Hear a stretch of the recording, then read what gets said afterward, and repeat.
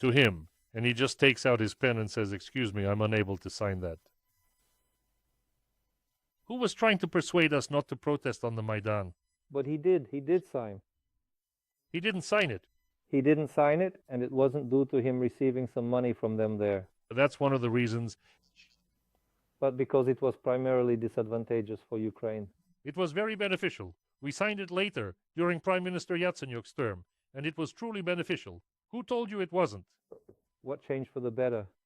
Things did change for the better. We got the ability to travel to Europe for 90 days.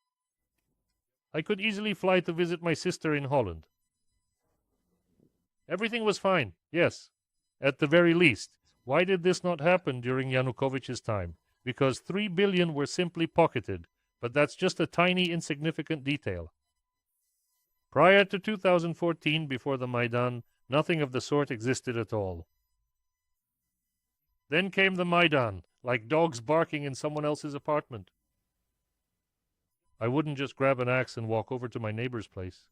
So why did my neighbor from Russia suddenly decide that just because my dogs are barking, he can just smash his way into my house? Well, the point is that Ukraine turned into an anti-Russia. Oh, an anti-Russia. It was Russia that turned into an anti-Ukraine.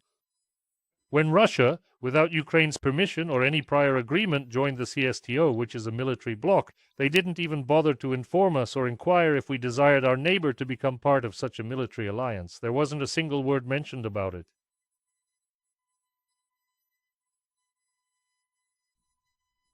It was Russia that became anti-Ukraine starting in 2014. We were a normal country. We were developing the way we saw fit. We were never a neutral country.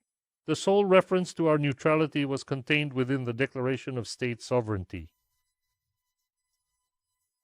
It was a declaration, a statement that we wished to become a neutral country.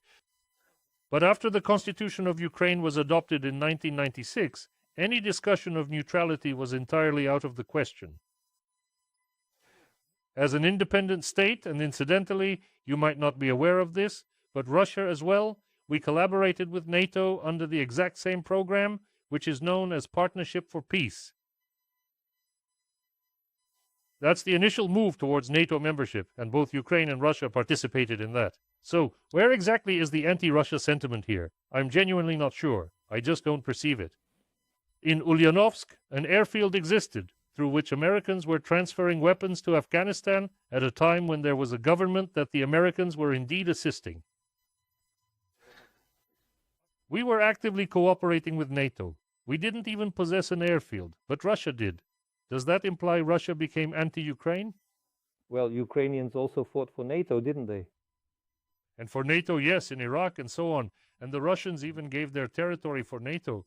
And suddenly it turns out we're anti-Russia. No, it was Russia that became anti-Ukraine. It wasn't sudden. It was after all those attacks began. What attacks? When did the attacks begin? Well, after 2014 and Crimea's annexation. And what did you expect? If my neighbor annexes my hallway, toilet, and bathroom, where am I supposed to, excuse me, take a crap? On the balcony? I have to reclaim my toilet and bathroom, and then I must look for allies. And I simply want to remind you that in fact it was Russia that turned into an anti-Ukraine force. Back in 2003, for some inexplicable reason, the governor from either the Stavropol region or the Kuban decided to construct a dam through the Kerch Strait, leading directly to the Ukrainian Tuzla Island. Surely you recall that incident, don't you? Well, let me remind you, just search for conflict.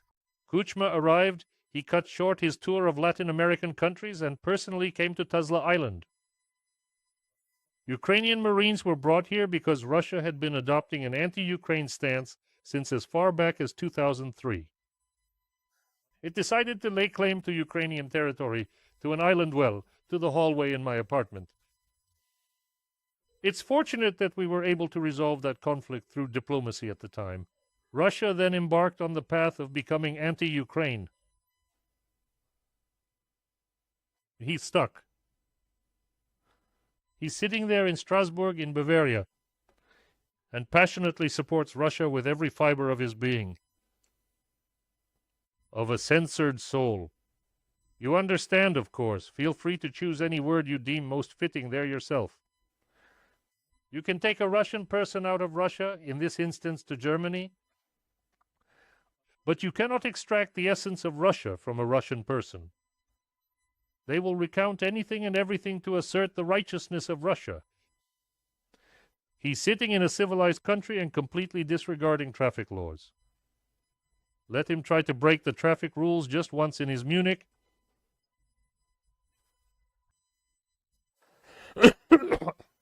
The traffic rules, so he gets fined, and they tell him, "Sir, if Hans broke traffic laws in Munich yesterday, that doesn't mean you have the right to break them too."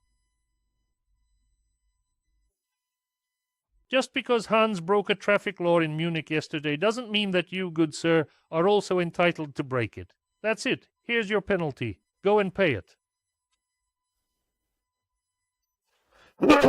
To the Federal Chancellery, or wherever else they're footing the bill for all of this.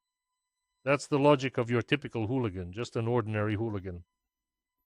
By the way, I'm currently watching Peaky Blinders. I've really gotten into that series. It's quite good. And the central figure is Thomas Shelby, portrayed by the Academy Award-winning Irish actor Cillian Murphy.